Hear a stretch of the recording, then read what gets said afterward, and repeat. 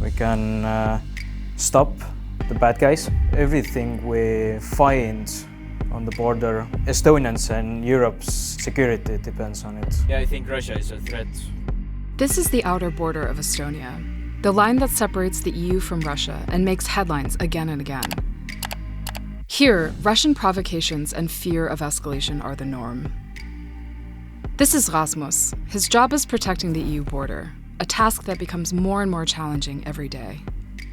We encounter low-level provocations every day. I'm definitely prepared, and it sounds harsh, but I'm used to it, that we have this kind of neighbor.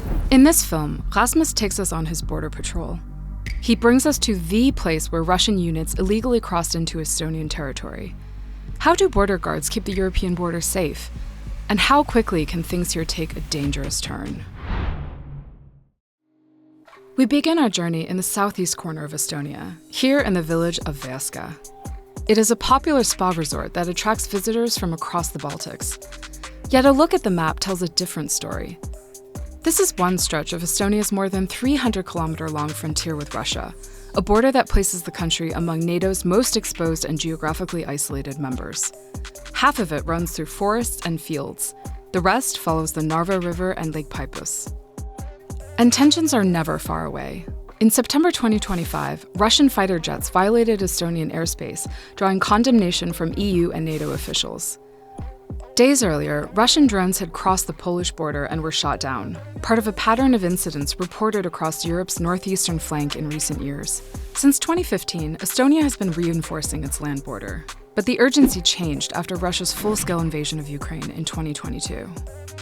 When I joined the force here 6 months ago, then I felt, the feeling when you're in a game and the world map ends, I can't go anywhere anymore, so felt quite the same way over here.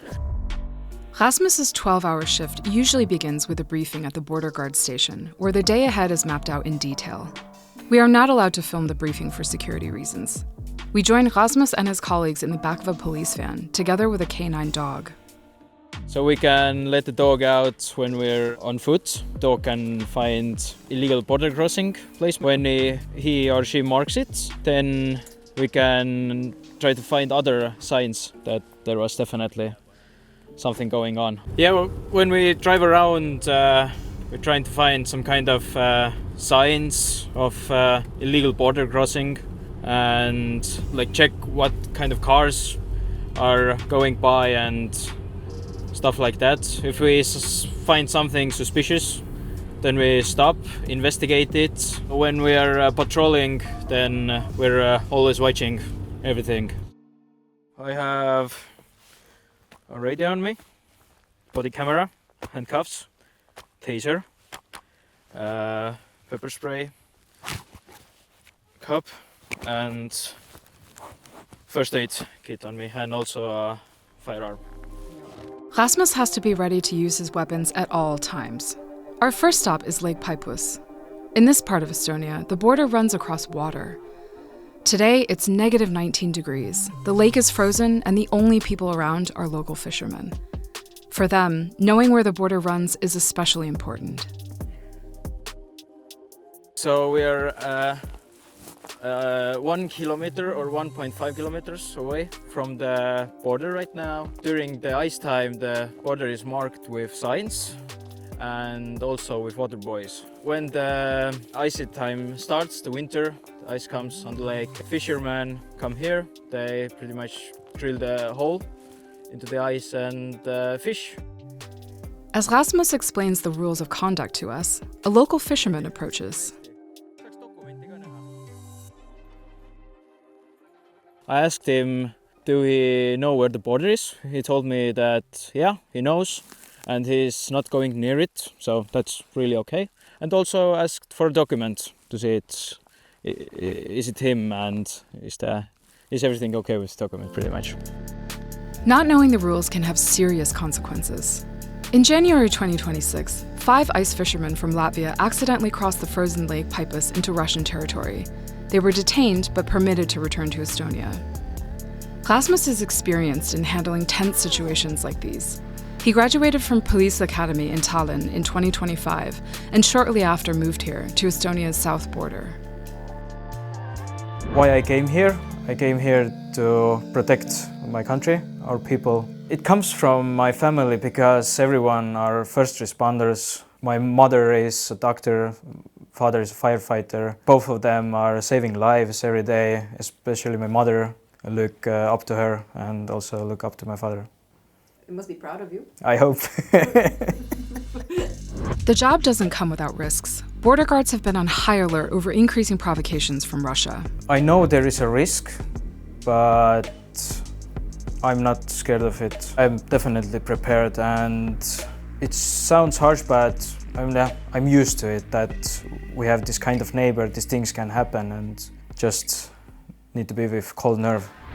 What exactly Rasmus is prepared for in an emergency, he isn't allowed to tell us. We continue our drive. Yeah, I think Russia is a threat because you never know what they're up to, what they're going to do next. Right now, we're going to Saatses cordon.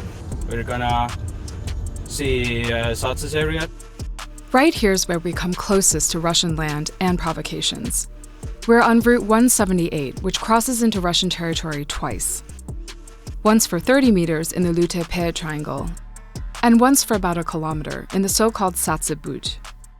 So the locals use this road to get to the Saatses area, and right now there is a 20-kilometer U-turn to go there. The rule was that you can only drive through, you can't stop in the butte, you can't get out of the vehicle. Locals have used this road for decades. But in October 2025, 7 to 9 armed figures in camouflage were spotted exactly here, and they weren't Estonian border officers. Many consider this as a clear provocation from the Russian side. The day the incident happened, I was at home. I was a little bit scared, but then I just thought that it is what it is and we need to act. After that, state decided to close this down. It was for the safety of Estonian people. Right now, as you can see, it's closed down fully. That means whoever wants to cross the street in Estonia has to drive all the way around the border.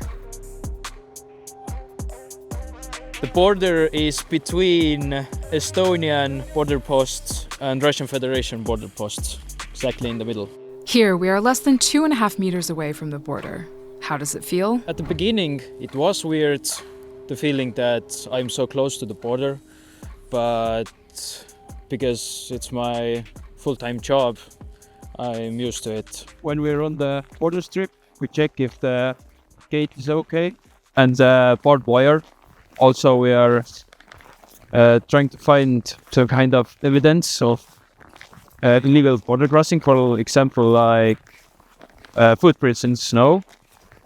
And also, we are always listening what is going on the other side. We know our own unit's footprints. We all have same boots, so it is easier to find out is it like our own footprint or not. We encounter low-level provocations every day. For example, GPS jamming. There are more days of jamming than days without. This has been going on for over a year now. These jammings target drone pilots and aircraft pilots. But border security isn't just about illegal border crossings. Currently, there are 4 open passes in the Russian-Estonian border. However, Estonia has reserved the right to close these at any time. Right now, we are at Saatses border crossing point. Usually 5 to 10 people cross this place to go to Russian Federation or go to Estonia. Usually there are locals who have relatives or family members' graves in the other country. The Saatse crossing point is mainly used by local Seto people, an indigenous group with their own language and traditions. For centuries, they have lived in the border region between Estonia and Russia. In the past, crossing the border was simple. The local authorities on either side knew who lived in the area, and people could move freely. Today, the situation is different. Seto culture is like split in half because of the border. And the graves as well. People have their relatives or family members. I remember when this news article came about closing all the borders. This was like one of the topics that came up, that they can't go see relatives. Even at legal border crossing points, tensions remain high. In February 2026, the Estonian government announced that 2 border crossings with Russia would be temporarily closed at night after alleged erratic behavior by Russian border guards. Just 2 months earlier, Russian guards crossed into Estonian territory without permission, an incident that Russia did not acknowledge. Everything we find on the border, Estonians and Europe's security depends on it. We have to keep in mind that people's safety is our #1 priority. If needed, if we see we need to tell people the dangers of this area, where to go, where to not go. And that's exactly what Rasmus does every day, walking the same path over and over, keeping an eye out for the faintest sign, so that the border stays safe. We can stop the bad guys and help our community, our country, and also Europe.